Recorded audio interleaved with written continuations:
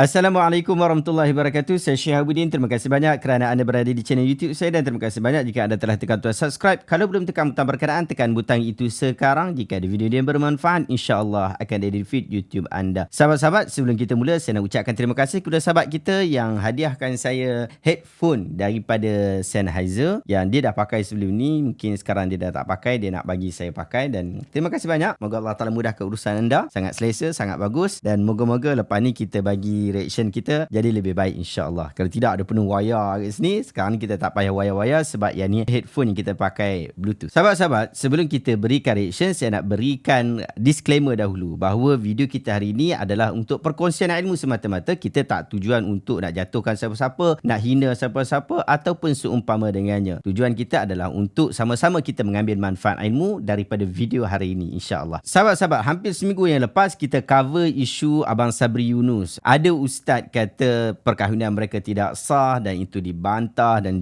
sebagainya. Dan menariknya beberapa hari yang lepas Dr. Rozaimi dia upload satu kenyataan yang memang dah viral juga dalam kalangan masyarakat kita. Dia sebut, insya-Allah mufti kami adalah wali yang sah, bukan wali scammer. Bila ada orang cabar, maka kita sahut cabaran. Khabarnya page dakwah sunnah dah delete post tersebut. Mungkin terciduk agaknya Dr. Rozaimi Ramli. Ini page dakwah sunnah yang dia bukan daripada geng-geng sunnah ni, dia daripada Aswaja, geng-geng Aswaja. Dia buat, kalau benar buktikan tauliah yang lantik Ustaz Muazzar jadi wali hakim secara rasmi dalam akad nikah baru ni. Hanya Duli Yang Maha Mulia Tuanku yang layak bagi tauliah itu. Zamian Al-Ghari sebut juga, dia kata wali hakim ialah seseorang yang ditauliah Tuanku Sultan sebagai juru nikah bagi mereka yang ketiadaan wali. Snap je tauliah tu, tanpa tauliah anda adalah wali scammer. Konon-kononnya dia nak sebut begitulah. Dia nak pergi kata seolah-olah Dr. Muhammad Asri Zainal Abidin ni dia bukan wali yang sah ataupun wali pemerintah yang sah. Kononnya begitulah. Dia ingat Perlis ni negeri yang caca marba kot. Tapi Dr. Rozaimi buktikan dengan satu tauliah yang sepatutnya tak perlu bawa pun, tak perlu angkat pun, tak perlu screenshot pun. Semua orang kita tahulah yang mana mufti-mufti ni, mereka ini adalah wali hakim yang telah dilantik oleh pihak Duli Yang Maha Mulia Tuanku. Tapi disebabkan terpaksa layan jugalah kenyataan daripada dua orang yang mungkin ada masalah, tak tahu masalah apa, tapi mungkin ada masalah daripada sudut hal ni. Dia nak komplain saja, tapi komplain pun tak kena dengan waktu, tak kena dengan keadaan. Akhirnya mereka screenshot jugalah. Ni screenshot dia. Duli Yang Maha Mulia Tuanku Said Sirajuddin Ibni Almarhum Tuanku Said Putra Jamilul Lail, Raja Pemerintah Negeri Perlis. Tauliah pelantikan seperti mana diperuntukkan dalam Seksyen 28/2 Enakmen Undang-Undang Keluarga Islam Negeri Perlis tahun 2006. Kami, Duli Yang Maha Mulia Tuanku Said Sirajuddin Ibni Almarhum Tuanku Said Putra Jamilul Lail, kemudian dia punya pangkat semua tu, Raja Pemerintah Negeri Perlis, dengan suci hatinya melantik Sahibus Samaha Datuk Arif Perkasa Dr. Muhammad Asri bin Zainal Abidin sebagai wali raja atau wali hakim bagi negeri Perlis, atau sebelum dibatalkan oleh kami, termaktub di Istana Harau. Jadi viral isu seperti ini yang sepatutnya tak perlu viral pun, sebab keadaannya cukup jelas. Kita pun dah memang faham sungguh-sungguh bahawa apa yang berlaku ialah mufti memang adalah wali hakim. Cuma mungkin diorang tak faham dan akhirnya mereka keluarkan isu-isu picisan seperti ini, kononnya untuk nak menjatuhkan kredibiliti Datuk Mufti Dr. Datuk Muhammad Asri Zainal Abidin. Tapi ni kerja-kerja bodoh lah, yang sepatutnya orang agama tak mainlah benda-benda macam ni. Kita cari benda yang lebih baik, perbahasan yang lebih akademik. Akhirnya tujuan kita bukan nak angkat diri kita, tetapi kita nak mengangkat nilai akademik daripada kita dan juga ramai orang yang lain. Tengah-tengah sudut sembang ni, saya terperasan ada satu mesej daripada Abang Sabri dalam video tu, dalam gambar tadi. Komen Abang Sabri Yunus, saya pun baru perasan ni, tengok-tengok ni baru perasan komen daripada Abang Sabri. Abang Sabri kata, syukur dengan kes ini banyak terbongkar isi hati atau perut manusia, khususnya bergelar agamawan. Telah Allah pilih kes ini untuk itu. Oh, ramai orang komen juga kat sini ni. Okey.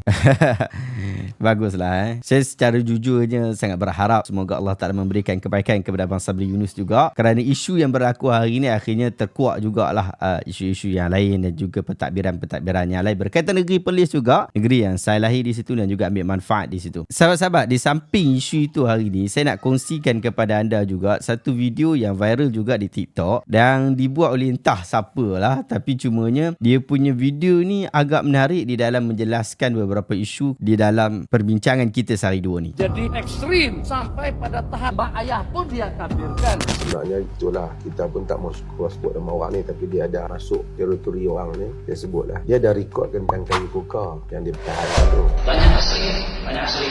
Asli sudah mengeluarkan fatwa tentang kayu koka. Jadi ketika kita semua nak lawan khurafat kayu koka ni, bolehlah pergi tengok video dia. Kemudian hadis musalsal bin musafahah.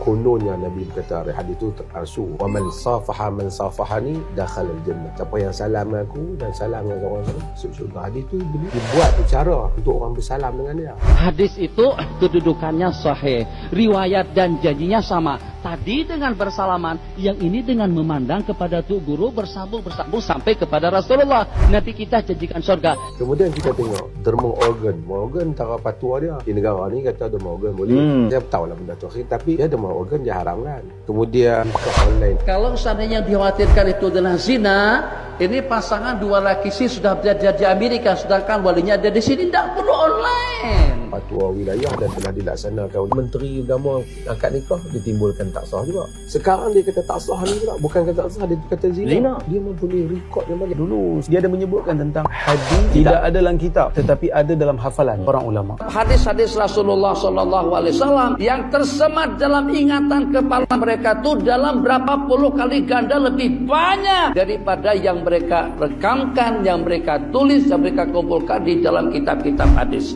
Ini juga membuka pintu kerosakan yang sangat besar. Sebab kalau sekadar apa yang ada pada hafalan orang alim kemudian didakwa walaupun tidak ada dalam kitab, didakwa itu adalah hadis yang benar, bagaimana kita nak semak? Lepas tu dibawa pula riwayat nukilan-nukilan Imam Ahmad menghafal 1 juta hadis, Imam Bukhari hafal ratusan ribu hadis. Sebenarnya kalau kita tengok dalam kitab-kitab hadis, itu semua merujuk kepada jalur-jalur riwayat, bukan merujuk kepada matan tu sendiri. Sebab matan tu sebenarnya kadang-kadang ada 100 riwayat. Jadi tak mustahil lah Imam Ahmad sampai meneliti ataupun menghafal 1 juta. Ni dah dijawab oleh Ibnu Jauzi. Tak ada hadis sampai berjuta-juta. Itu pun kedangkalan faham. Kita tengok ada macam dia tuduh orang pergi mengaji Madinah mengkafirkan ibu bapa. Bahkan dia tuduh siapa yang belajar di sana tu sudah dia kafir. Orang tua kita mesti tergiur. Anakku ngaji di Madinah, dapat beasiswa, tiket free, gratis. Tentang anak nanti bawa pahaman tajisim, bawa pahaman tajisbih. Dia menimbulkan kegelisahan, menimbulkan adawatul wal baghdha, menimbulkan kebencian dan pemusuhan di kalangan umat Islam. Dan saya tak tahu apa tujuan dia menyebarkan benda-benda tu dalam negara kita. Saya rasa elemen ekstrim yang sangat bahaya kalau ada dalam negara kita. Saya minta pihak berkuasa lah. Saya pun mungkin akan beritahu report pada dalam polis ni. Pihak berkuasa yang di Malaysia ni juga pihak-pihak yang terbagi untuk melihat gejala yang seperti ini dan individu yang seperti ini supaya saya rasa ini satu ancaman kepada keharmonian negara. Beliau ni mungkin tak sesuai dengan environment kita.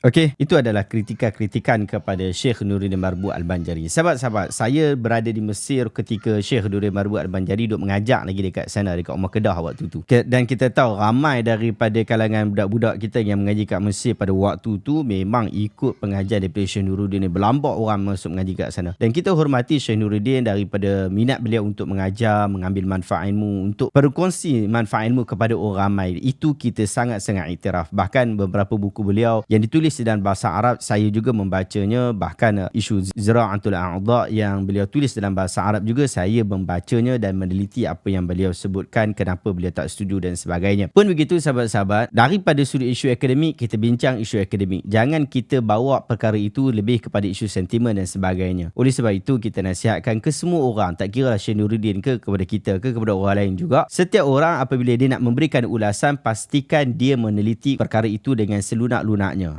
Habiskan dulu kefahaman tentang hal itu, barulah dia berikan ulasan. Kalau tidak, ia akan memberikan ulasan-ulasan yang bersifat tidak masak dan ia akan memberikan pengaruh kepada orang lain. Dan dalam isu yang sebelum ni, kita kesian sungguh-sungguh kepada Abang Sabri dan juga Angelina Intan disebabkan isu yang sepatutnya tak perlu, dan sepatutnya pernikahan yang paling selamat, pernikahan yang paling padu, paling mudah. Tetapi nak buat macam mana, keadaan ini digunakan sebagai satu isu polemik sebahagian agamawan untuk mempermain-mainkan isu perkahwinan yang tidak sepatutnya kita permainkan. Terima kasih banyak sahabat-sahabat. Saya cadangkan anda untuk dapatkan Sahih Bukhari di sini. Saya letakkan link dekat bawah. Cepat dapatkan. Terima kasih banyak. Jumpa lagi dalam video reaksi seterusnya. Assalamualaikum warahmatullahi wabarakatuh.